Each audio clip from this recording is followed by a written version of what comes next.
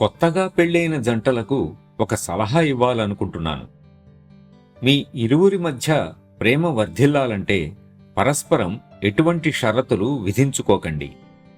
ఎటువంటి ఆంక్షలు, ఆదేశాలు లేకపోతే ప్రేమ పెరుగుతుంది.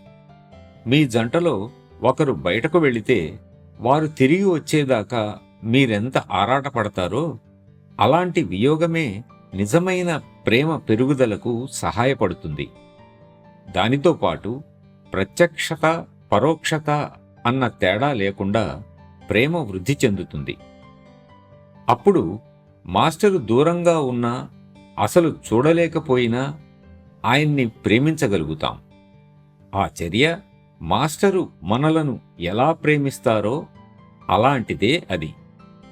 కాబట్టి అటువంటి ప్రేమను ఆచరణలోకి తీసుకురావాలని మిమ్మల్ని కోరుతున్నాను.